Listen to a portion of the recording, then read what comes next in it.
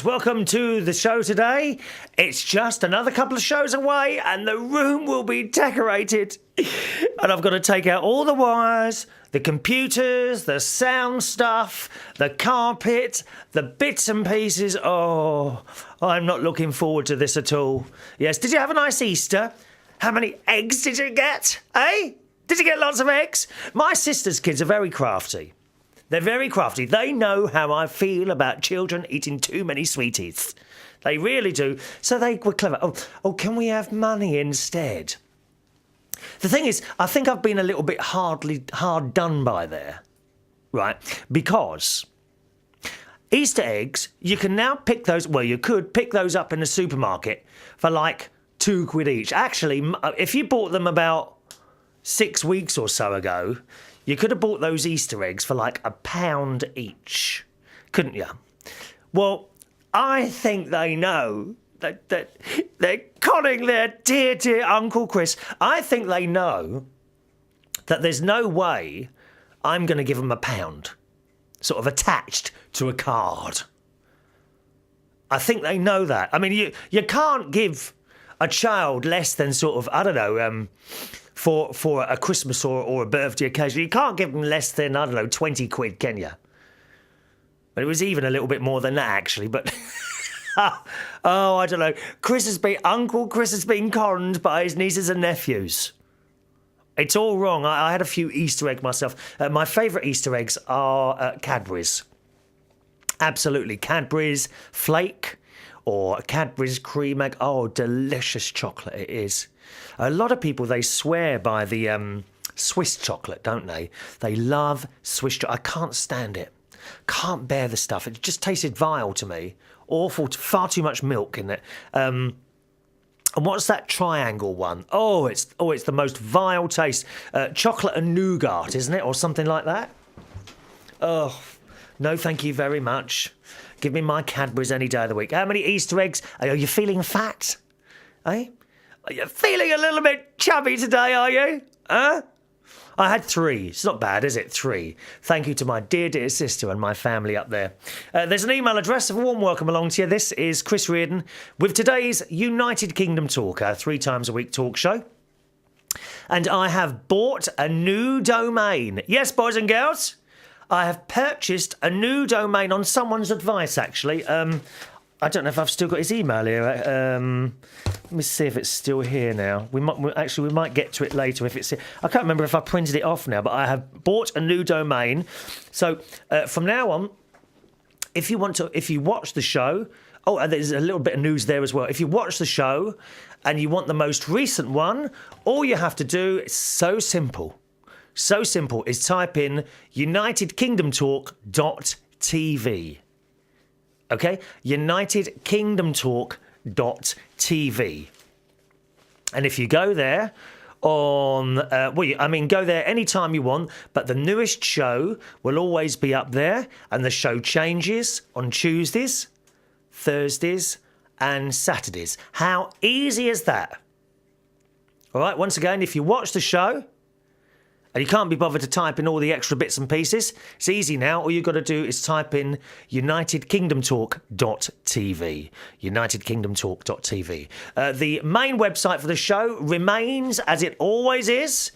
Very easy to find us. Just type in unitedkingdomtalk.co.uk. So it's a little extra bit. unitedkingdomtalk.co.uk. Now, the new webcam is being used today. So I'm trying it out today. I've got my fingers crossed that it will all work okay. I was having a bit of a problem with the synchronisation, sort of my mouth moving and when the sound was coming to you. So I've got my fingers crossed that will be okay. So there we are. Is the picture any better? I don't know. I've no idea. I won't know till I finish the programme and had a little look at it on YouTube. Okay, so that's the news there. And yes, United Kingdom Talk TV.tv. It's like having your own television, my own television show.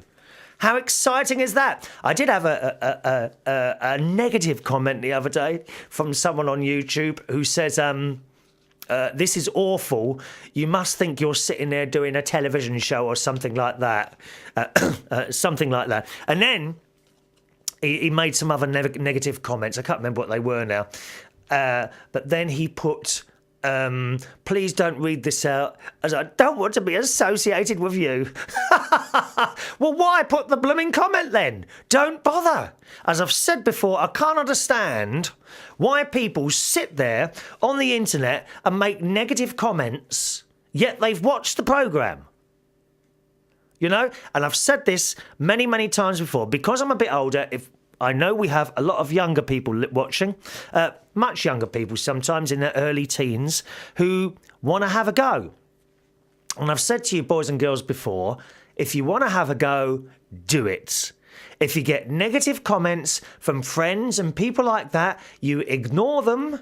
Just completely ignore them, because they are, I'd love to swear here, but I don't swear on this programme.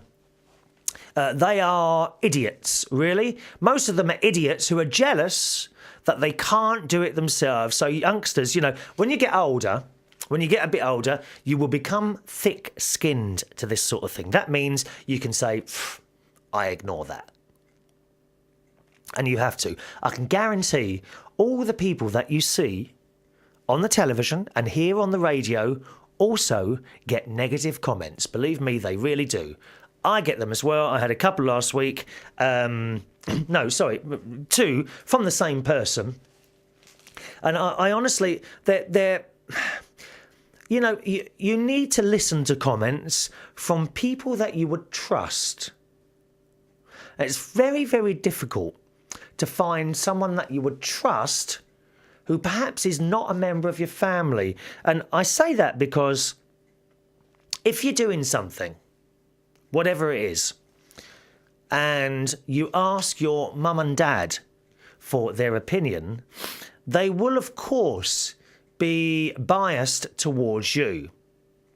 Now, we've seen that, and we've brought this subject a few times. We've seen this on programmes like The X Factor, where you get someone on there and they sing their song, and then Simon Cowell tells them how bad they are.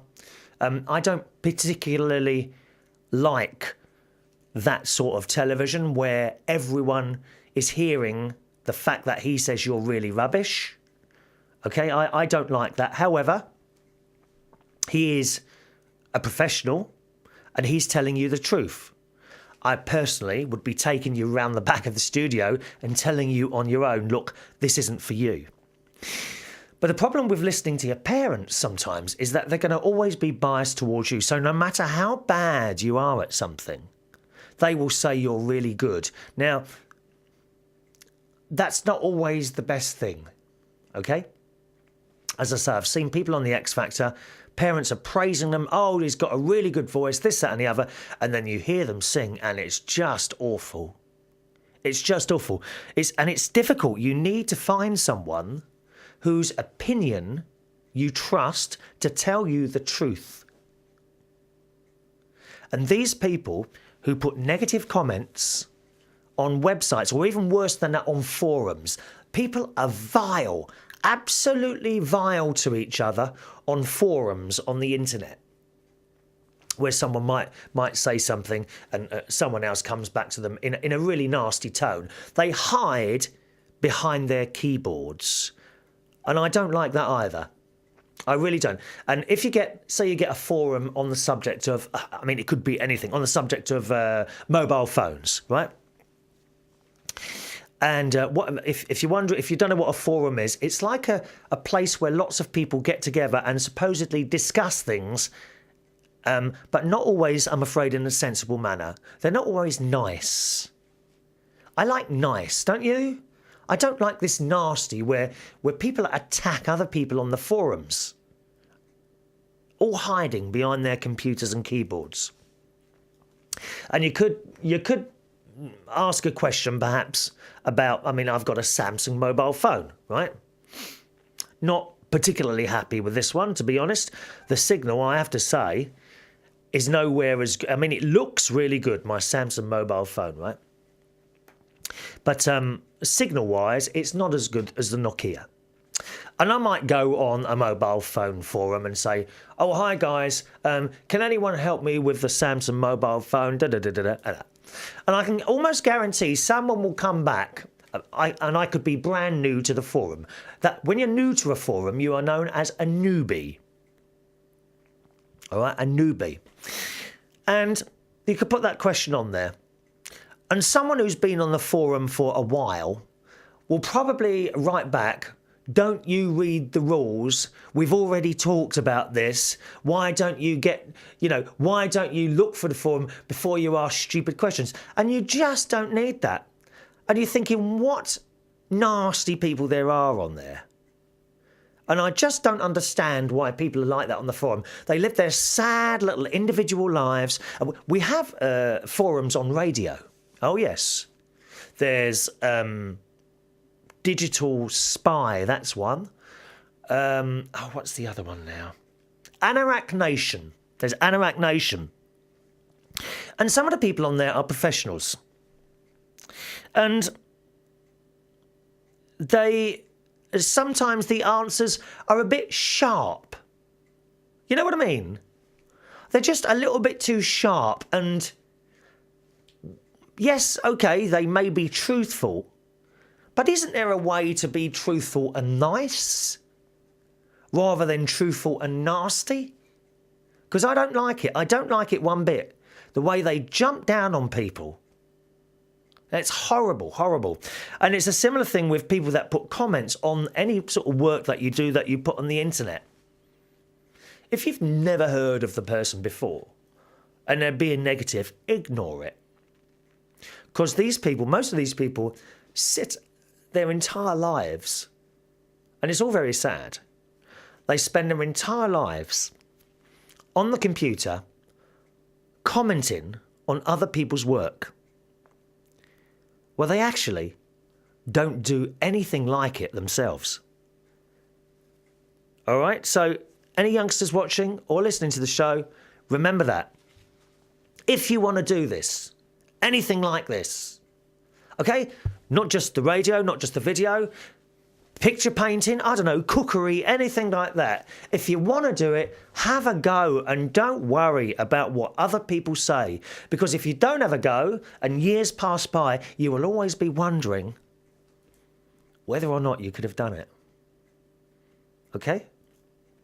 If we do have any youngsters watching or listening, or indeed anyone older who does a little bit of work like what the sort of thing I do, like a radio or a podcast or a video, if you want to send it to me, I'll give you an honest opinion. I will never say you're rubbish. I will never say that.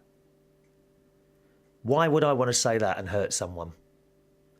A lot of these people on there, that they are there. I almost think they exist on the internet to try and cause upset and hurt. Well, it won't work with me. But unfortunately, it will work with some of the younger people who are perhaps not used to it. Okay, so if you want to try something, then damn well try it and forget the rest of them. Email address of the show, it's chris@unitedkingdomtalk.co.uk. chris@unitedkingdomtalk.co.uk. Now, regular listeners and viewers to the show will know I've got a little bit of property. I deal with a little bit of property, a couple of flats I've got.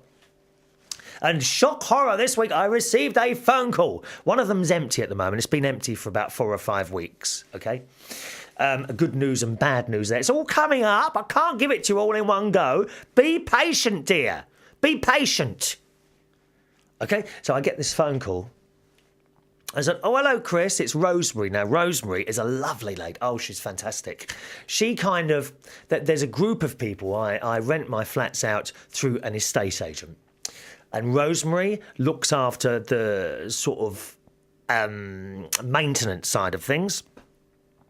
And then there's Martin, and there's Chris, and there's Steve. I call him Pretty Boy Steve because he's very good looking. Pretty Boy Steve is a straight boy, Pretty Boy Steve. And they all look after the letting it out, you know, finding the people, tenants and things. Oh, God, there goes the radio. Just a minute, my alarm's gone off again. This happens every time now. I must turn it off. 1 minute. Sorry. Back in a second. Stay there. Don't move. There we are. Don't move. There we are. Right, what was I saying? What was I saying now? Oh yeah, Pretty Boy Steve, and they look after finding the tenants and generally renting it out and that sort of thing. So I got this phone call from Rosemary.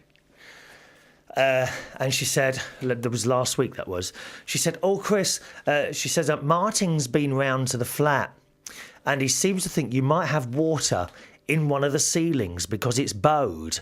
And I says, oh, right, OK. She says, we think it's come from the flat above. We're not sure yet. We're going to send a contractor round. OK, do that. And, they send someone out. And then a little while later, she rang back. She said, yeah, the contractor's been round. You're quite right.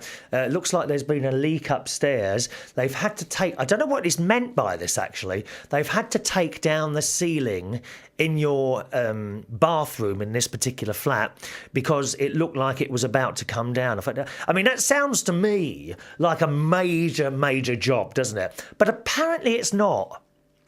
It's not, I don't know how, I mean, I'm looking now here in the Mirable Studios at my ceiling and I'm thinking how hard would it be to take that down? I mean, to me that looks like a major job. What do you do? How on earth do you take a ceiling down? You know? So, she said, yeah, they've been around there. They've had to take the ceiling down. There was a lot of water under there and is a drip coming from upstairs. The only problem is we don't seem to be able to get into the upstairs flat at the moment. There's a Russian tenant in the one upstairs. That's not mine. Russian tenant. He's not the owner. He's a tenant as well in the flat upstairs. And he's adamant that it's nothing to do with him. But it must be because he's the only flat above mine. Well, I said to Rosemary, I said, oh, well, I put it... I mean, the Russians, they've never got over the Cold War, have they? That's what it's all to do. They've never got over the Cold War, dear. And they're still fuming about that. And I think that's what the problem is. Like, he wouldn't let them in the flat. Anyway, a couple of days passed and eventually they got hold of the owner of the flat above and they were able to get in. And sure enough, what the problem was a cracked toilet system. You know the little tank above the toilet that holds the water that you flush into the toilet? That was cracked.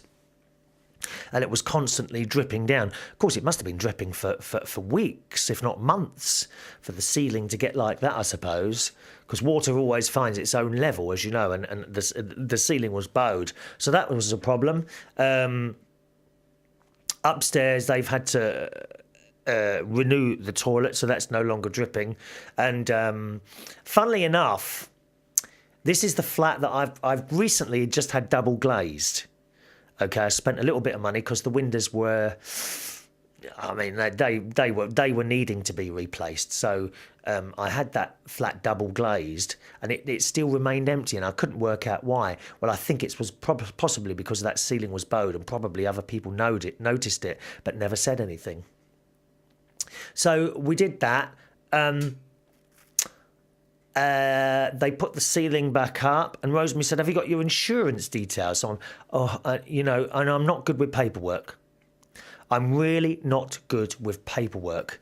Put it this way, down my mate Ron, he says, you've got to get on top of your paperwork, and I can't. I hate it. I blimmin' hate it. They're literally bits of paper all over the house like this, piles of paper, not bills that are waiting to be paid. Usually a bill comes in, I look at the date and then I'll pay it a couple of days before. I never pay a bill straight off like that. If it's like for a month, I won't pay it then. I'll wait the month and then pay it. Because otherwise, you're giving them interest, aren't you? You're giving them money and they're earning interest on it. Why should I do that? I don't think so, lovey. I don't pay interest to anyone. I beg your pardon. Pay interest to the visa people? Never in a million years, dear. I must cost them. I hope so. We don't like paying interest, dear. And if you are paying interest on your visa, okay, you shouldn't have blimmin' well spent so much. Don't pay it. Absolutely. Not don't pay it. Don't use the Visa card. If you don't know, if you don't know how much you've got on that Visa card, then you're running it all wrong. If you're paid monthly, then fine, yeah, use your Visa card throughout the month, but keep a little tally in that head of yours, telling you how much you owe on it, so that at the end of the month you pay the whole lot off No interest. Thank you very much. That's me. That's how I work it. That's how I was brought up. How do we get onto the subject of that now? Oh yeah, bits of paper. I've got, the paperwork is everywhere and I must get on top of that. It's a bit of a nightmare. So I'm looking for this insurance thing and I said, oh, do you know who the insurance for? She says, no, is it with us? So she looked on her computer. She says, it's not with us. So she carried on looking and eventually I found this bit of paper. And she said, oh, that sounds like it. She said, give me the details and I'll check it up for you. This is the thing with having your flats rented out through an estate agent, right? They take on all that work, all the paperwork, this, that and the other. It's all done. They find the tenant. All you do is you sit back and once a month you get your rent transferred into your bank account. And also, of course, from your part of the deal, once a month, because my flats, I don't own them outright, they're mortgaged. I have buy-to-let mortgages, which we have in the UK. That is, you buy a property to rent out. And to borrow the money for that is called a buy-to-let mortgage, okay? And I have a couple of those. So your rent comes in and you have to pay the mortgage out. All right, that's how it works. But the beauty of having a estate agent, they do all the work for you, so all you have to do. And if something goes wrong in a flat, they ring me. Hello, Chris, it's Rosemary here. We got a problem at number da-da-da-da. This needs to be done, that needs to be done. What do you want us to do? And you say, OK, sort it out. Or if it's a small thing, I could go around there myself and deal with that. For example, also last week, Rosemary rang me up about one of the other places that I have, and she said, oh, we had a report from the tenant that says the shower hose has split. I said, do you want us to send a contractor out for that? I said, well, and when you send a contractor out to deal with these problems, it costs a lot of money. You get the call-out fee, this, that and the other. So probably something like to replace a shower hose could end up costing you £80, £90, £100. $160, right? And you don't really want to pay that when it's something like a shower hose. And I said to Rosemary, oh, do you mean the bit of hose between the shower unit and the shower head? If so, I do believe it unscrews at either end. You just unscrew it, unscrew those two. You go to, I don't know, DIY place, Sainsbury's Home Place, B&Q, Texas, something like that. You buy a new shower hose, you screw it at the top, screw it at the bottom, bang, done. She said, oh, I don't know. I'll ask the tenant. So she went back to the tenant because there's no direct communication between myself and the tenant. Really, as a landlord, that's what you want, okay? You don't really want, don't get me wrong here. When something goes wrong in one of the flats, I want it fixed yesterday. You understand? You always want to keep tenants happy. Absolutely. However, you don't want them ringing up here at 3 o'clock in the morning. That's what I pay the estate agent to do. No problem. And she says, I'll ring the tenant and ask for her. And she come back to me. She said, yeah, that's right. It's got the screw at the top of the bottom. I says, if you want, I'll go and get one and drop it round there. Or the tenant themselves, if they want to go to a DIY place, if they're in town today, can you ask her to get one herself and just pass on the bill to me and I'll pay the money? Because something like that would only cost about £10, if that, like $18. That's all it would be. So she went back to the tenant. She said, yeah, that's fine. She says, the reason that she rang us was because the last property she was in, the landlord insisted that they didn't touch anything. And every time something small, even tiny like that, went wrong, they would send a contractor out. But that can cost you an awful lot of money for what? So that was sorted, that little thing there. So she's going to get her own little tube, which actually, that was about a week ago now, and they haven't come back to me yet, so maybe she hasn't got down to the DIY place like that yet. Anyway, so back to the other flat. So the ceiling now has gone back up, and I think a few hours later, Rosemary rung up and said, good news. She said, the ceiling's back up now. It only seems to take them a few hours, if that. Can't be a very big job then, can it, taking a ceiling? Does anyone know? Has anyone watching or listening to the show today ever taken a ceiling down in a house? I I wouldn't attempt it, dear. You're having a laugh. And I would make such a mess of the whole situation. I really would. I've said before, I cannot do DIY. I can do wires, okay? I can do wires, but I cannot do anything to do with building work, painting work, hanging wallpaper. I hate it and I don't want to do it. That's why I'm paying someone to come in and decorate this room. Has anyone taken a ceiling down who's listening or watching the show? Tell me how on earth you do this. Because I'm looking up now, right?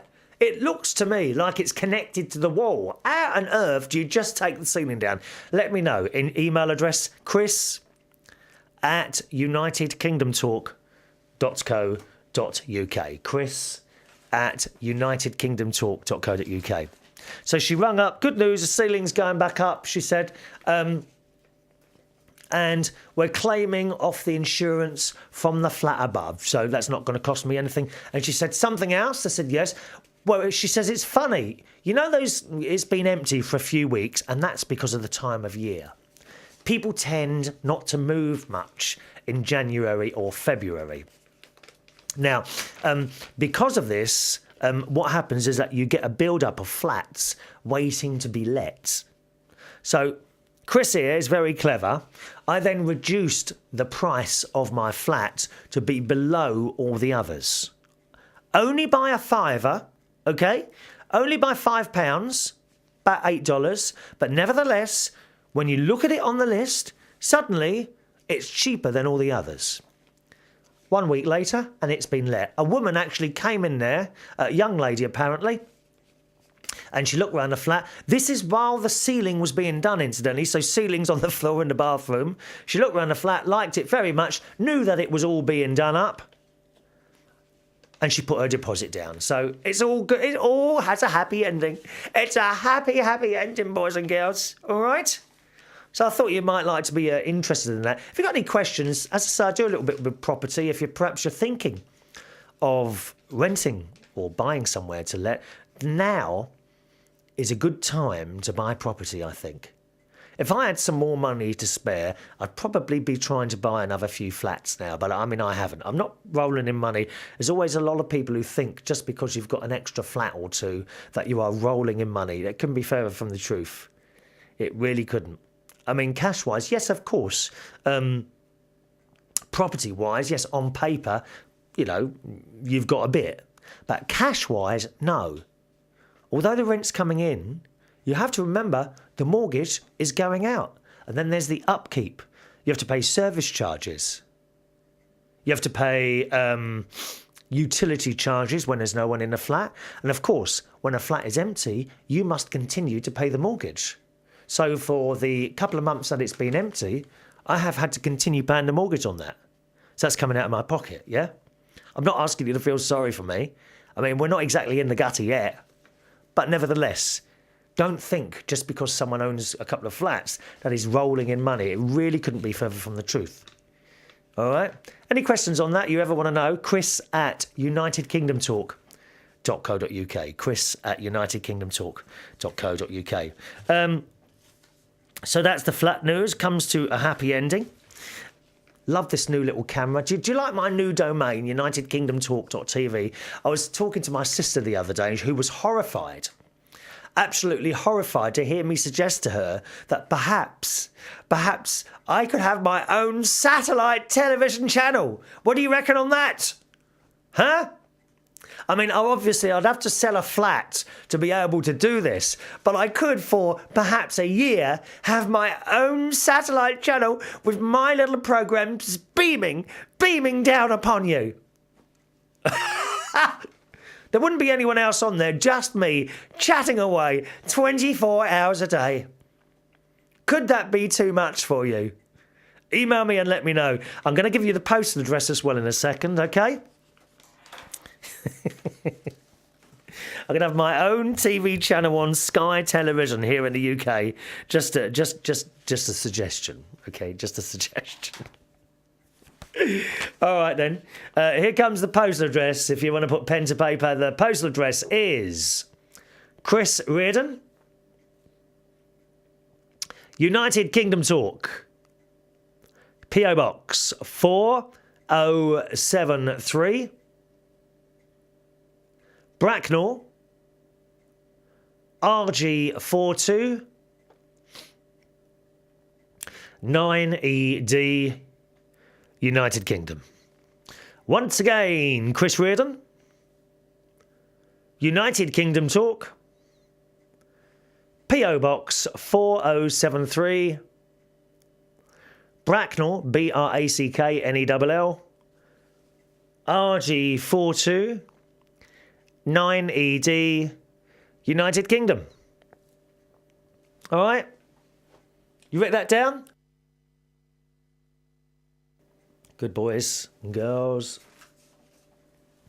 News of my disobedient nephew. It was his birthday. Remember, it was his birthday. 12 years old he is now. Sent him a little bit of money in a cheap card. Yes, we don't buy expensive birthday cards anymore. I have found cheap birthday cards. 25 pence in Sainsbury's. And my friend Ross Patzelt, who also does a podcast, rospatzelt.co.uk is the address for his podcast, rospatzelt.co.uk. My friend informs me that in Tesco's they're even cheaper at only 20 pence per card. That is fair. I don't mind spending that on a birthday card. What I do object to spending is £2.50, £3, £4. Oh dear, a lot of money. Do you remember those? Did anyone ever get a big birthday card? Did you ever get, you know, the great big ones? Always, when I had my girlfriend years ago, my first girlfriend was Fiona, who's incidentally 42 now. God, can't believe it. I went out with her when I think I was 18 and she was 16, I think. Isn't it funny, now that I'm older, now that I'm 46, 18 and 16 is quite acceptable. And yet, when you're 18 and you've got a 16-year-old girlfriend, all your friends say that you're a cradle snatcher, don't they? And also, why is it, okay, why is it, if a boy was 21 and a girl was 16, that would be frowned upon, wouldn't it? By a lot of people. It would be for, the age gap there. And yet, at 46, if I was to get a girlfriend who was like 35, it wouldn't seem so bad. Why is that? As you get older, the gap appears to be more acceptable. Isn't that strange? Anyway, she's 42 now, bless her heart, dear. Fiona. 42 or 44? No, 44. Oh, I can't remember now. No, 44. She's 40. Of course, she's 44 now, isn't she? So she's just had her birthday. And Jimmy, where was I now? Oh, yes, Jimmy. Yes, naughty Jimmy, who's been getting into trouble at school recently. Do you remember I told you? Yes. Well, on his school report, because he's got this report card now, and he has to be ticked at the end of every lesson. So he gets this bit of paper, he goes to the teacher, can I have a tick, please? And only if he's been a good boy, he gets the tick. Otherwise, he gets cross. The only thing is, the ticks are all in the same coloured ink. I mean, I would have thought a tick would have been green and a cross would have been red, wouldn't you? Oh, no, they use the same pen, blue or black, which I think is wrong. I mean, I personally think that's wrong on the teacher's part, and they're sending out the wrong message to those children. Aren't they? Ticks and crosses, they need to be green and red, surely. It's a liberty, that's what it is, dear. So, what's been happening with Jimmy? Well, on his birthday card, I did fill up an entire side of the card with ticks. And I put a little note on these. Cut and paste these onto your school report to give you more ticks, which should amuse him. I don't suppose he even looked at the card. He just quickly ripped the money out of the envelope. Was you like that when you was a child? You weren't interested, were you? Come on. You weren't interested what it said on the card, were you? Really? I don't believe you. You just wanted to see how much money was in that card, didn't you? Same at Christmas. Christmas time, you'd sit there with all these cards. I'm going to put my feet up. Do you mind if I put my feet up? Is that being really rude? Oh, let me see how comfortable I am like that. I think that'd be quite nice to just put my feet right up there. Yes, thank you very much. Huh? Is this a bit like lazy now? Oh, I'm looking lazy. Should I sit upright while I'm chatting away? I'm feeling very relaxed now, just you and me together. A very relaxed mood. Do you remember Christmas time and birthday time? You'd end up with this little pile of money, or if you're a rich person, a big pile of money. And all these cards, and you wasn't sure who had given how much. I bet you did, didn't you? You weren't interested what was written in those cards. And when you think of it all the time, I remember Mum buying birthday cards and Christmas cards, things like that. And she would spend ages in the newsagent or the card shop. Those days you couldn't get cards in supermarkets. She'd spend ages going through the cards, picking them up, looking for the little messages and poems in the card. And I always thought, Mum, why are you doing it? I never said anything. Why are you doing it? People aren't bothered what it says in a card. I don't think they are. Certainly not as children. You don't look at the message unless the message has been written by someone rather than just printed in the card. I think you're wasting your time looking at those messages, to be honest. No one reads them. Do you? Any youngsters watching or listening to the show, when you get a birthday card or a Christmas card, do you actually read the message in the card? Do let me know. Usually email chris@unitedkingdomtalk.co.uk. Anyway, back to Jimmy. So I sent the card with lots of ticks. But yesterday, I'm afraid I have to inform you, dear listener, dear friend, loyal friend and listener to United Kingdom Talk, I have to inform you that Jimmy has now got his first detention. What did he get this for? Talking again at the back of the class. He does like to talk. I mean, quite frankly, I don't know where he gets it from. He can't shut up. That's how he's got detention now.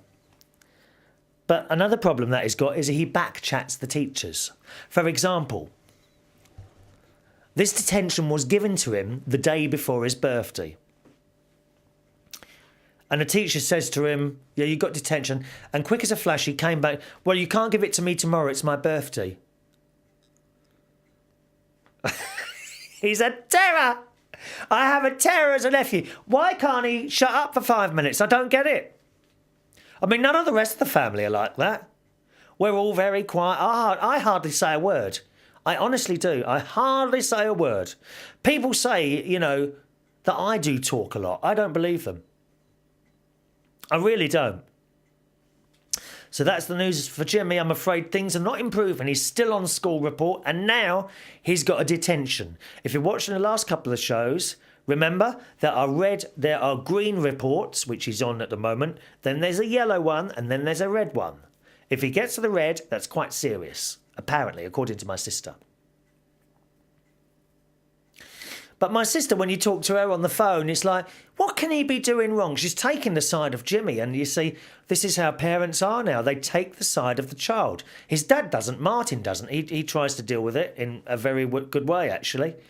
I've watched the way he talks to my nephew, his son, of course. It was far be it from me to criticise anyway how someone would talk to their own children. But yeah, I mean, when he gets wind of things, he takes it. But my sister, she's like, oh, what can he be doing wrong?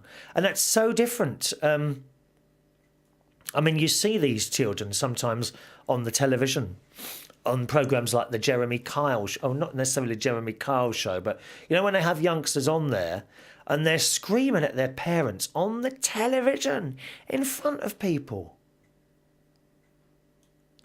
We get stories of fighting at schools and teachers being attacked, that sort of thing. And parents who go in to see headmasters and things like that and take the side of the child. That would never have happened when I was at school. If your parents were sent for,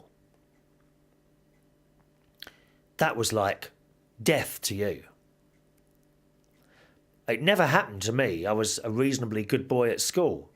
But if my dad had been called for to go to the school, I would have been in for a good hiding, I think. Don't get me wrong, my dad wasn't a violent person. He was, as far as I'm concerned, the best dad in the world. But nevertheless, you just know, had I have been a really bad person called into the school, I would have got a good hiding from my dad. He wouldn't have wanted to do it again. Now, it's all children's rights, isn't it?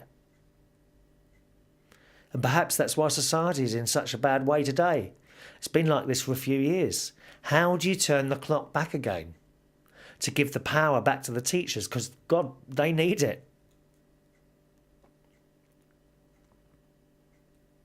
Any comments as always? Chris at unitedkingdomtalk.co.uk. I shall keep you fully informed on how my nephew is doing and how the detention went, okay? Email time. Here we go. Hello to Wayne Anonymous, a very good friend. Now, we were talking quite a few shows back now about the rotten egg smell that kept appearing in the kitchen.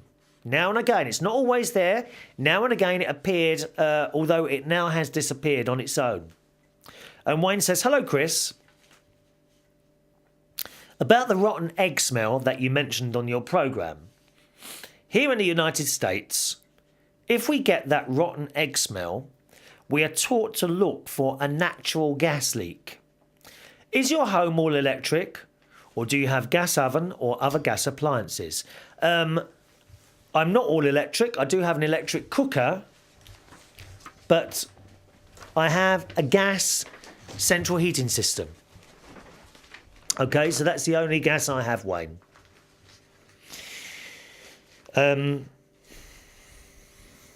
Wayne says, even if you do not have any natural gas appliances, there may be a natural gas pipeline running under or near your property. Pipelines with slow leaks will develop pockets of gas underground that leak out only at certain temperatures or after rainfall. Now, when did I get this smell? It was cold. It was very cold. Okay, we were dropping down to near freezing or perhaps just under freezing. That's when the smell was occurring there, Wayne. He says, you may want to check with a local natural gas supplier to see if there's any gas lines near your property. Well, as I say, I do have a gas boiler, okay? In our community, during the past 10 years, there have been several homes destroyed by explosions due to natural gas slowly leaking into the structures. That rotten egg smell may be nothing serious, but someone with the proper detection equipment should investigate before the Mirrorball Studios is suddenly relocated to Liechtenstein. Ever watchful, Wayne. So thanks for the advice there, Wayne. And someone else has written in on the same subject. Susan, our cat lover. Hello, Susan. Says, do you have gas lines in your house? Or is your house all electric? Again, I do have just one gas line coming in, which is for the boiler. Over here in the US, they put the rotten egg smell in the gas so people will know if they have a gas leak. This would account for why you only smell it after your house has been shut up for a few hours. Please get it checked out right away. Most of the gas companies will come out free of charge if you think you have a leak and check your lines. So thank you for that, Susan. As I say, the problem is it's gone now. I haven't now had it for a couple of weeks, so I don't know. If it comes back, however, I'll be sure to ring them this time. All right, and I do know, actually, they do come out free of charge, so that's that.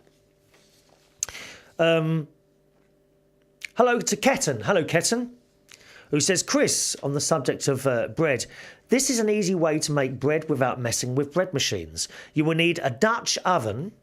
I don't know what that is. What is a Dutch oven? And I know how you feel about spending money. We don't like to do that. But you will get some great quality bread. Just follow the steps from this YouTube video. let me know how it turns out. So I will have a little look at that video that you supplied there, Ketten.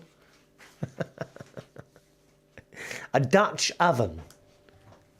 I've no idea what that is. I shall look and learn, okay? Hello to Lisa. Hello, Lisa.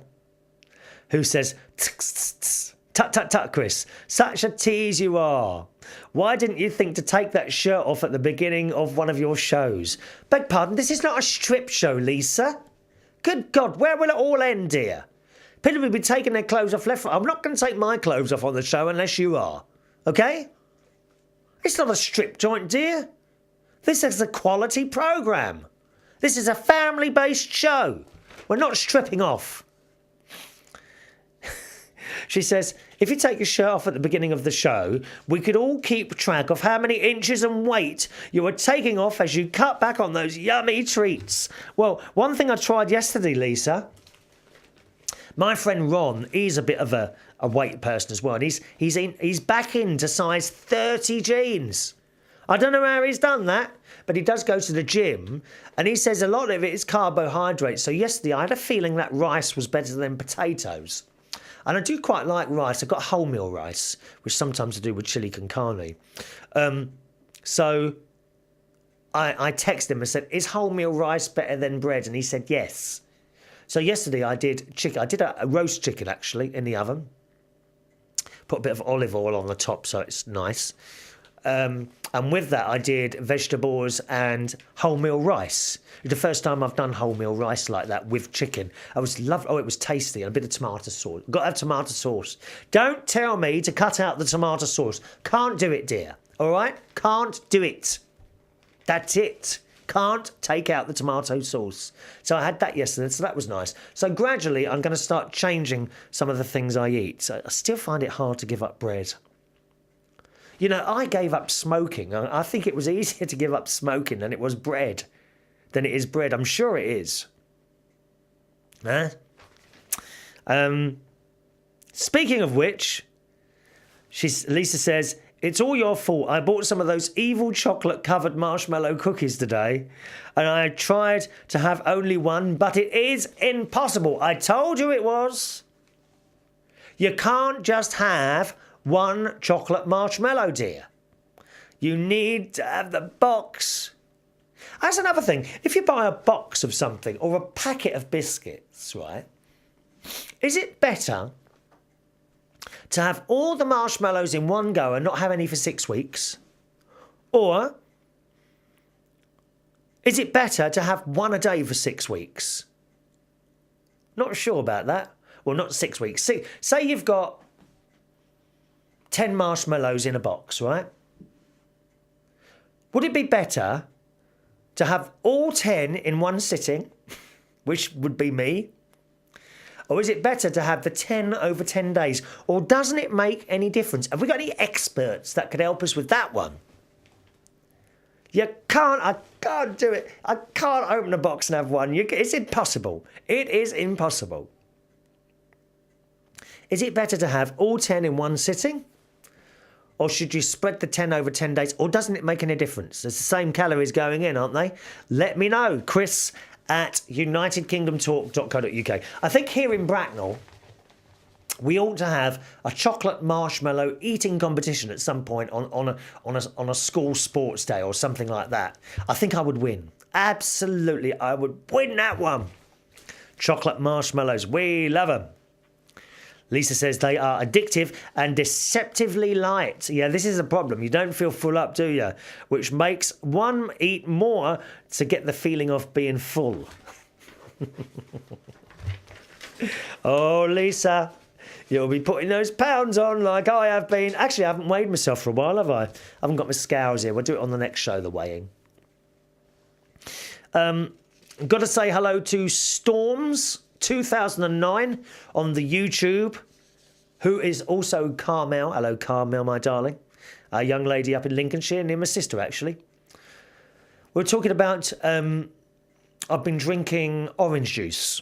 Now, I don't buy cartons of orange juice. I buy oranges and I squeeze them myself. Usually about 4 oranges and a lemon in one glass, okay? Now, Carmel reckons breaking your fruit down into juice turns it all into sugar, therefore it's not good. If you look at smoothies, they are very high in calories. And you don't smoke, drink drugs, so please give yourself a break and carry on drinking the tea that you love. Just don't drink it hot. My love, Carmel. Or you can't have cold tea, Carmel. Oh, it's vile.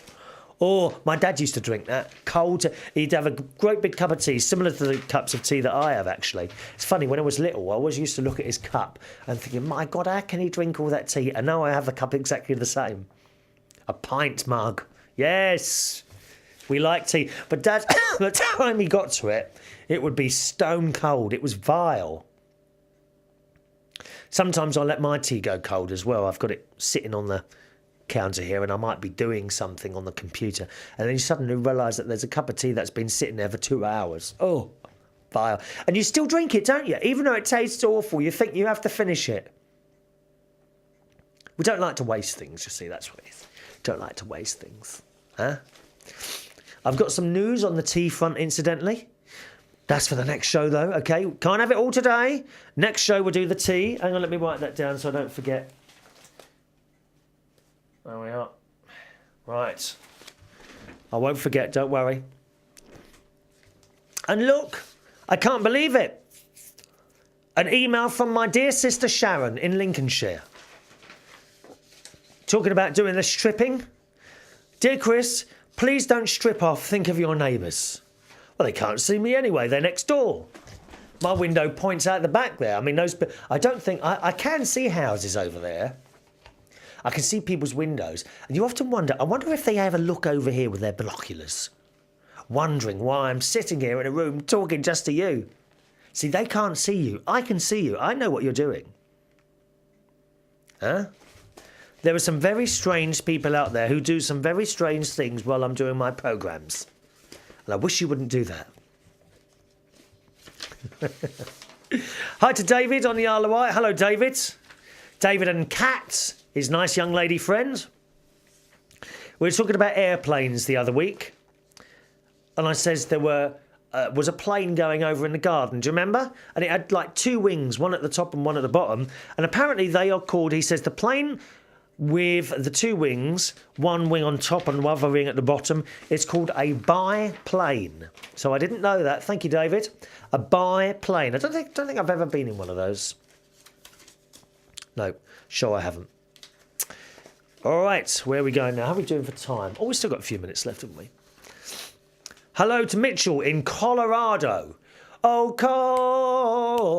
Colorado, yeah. Hello, Mitchell, who says, hello, Chris. Ran into your show about a month ago on Talk X. For a one-man hourly show, it's very entertaining. I enjoy your rants while I'm at work. Your show helps me pass the time. Keep up the great vocal work. And that's from our friend Mitchell, who I replied to, and he sent another reply. Oh, perhaps I didn't print that one off. 1 minute. I thought I did. Oh, I haven't got that print off there. So thank you for that, Mitchell. Are you a secret listener, Mitchell? That's the question. Are you like at a desk somewhere and you're either plugged into the back of your computer or an MP3 player listening quietly and no one knows what you're listening to? Are you a secret listener? And you shouldn't really be listening, should you? But that's okay. There is a big army of secret listeners listening to this programme. There is. No one knows. Now and again, they sit there at their office desks, chuckling to themselves. And people are, oh, what are you laughing at? And you say, no, oh, nothing. Because it's a secret. OK? It's our secret. Don't let them in on the secret. Remember that, OK? I think you might be a secret listener, Mitchell. Lisa again. Oh, it's my Lisa. Sorry, I meant to read this with the other. Oh, I tell you what. We'll leave that one because I'm running out of time now. And we want to get one more in from someone else, Lisa. I'll do it on the next show. All right, darling? Oh. Alarm's going off now. Oh, here we go. All the alarms are going off. I love it, don't you? Let's see. Let's have a bit of this one from Tom, and we'll probably have to straddle this over two shows. Tom in Chicago. Chicago, Chicago. Da-da-da-da-da. Hi, Chris. I think I might end up being one of those explainers like Anonymous. That's okay. Become an explainer. Become a regular correspondent to the show. We like regular people here.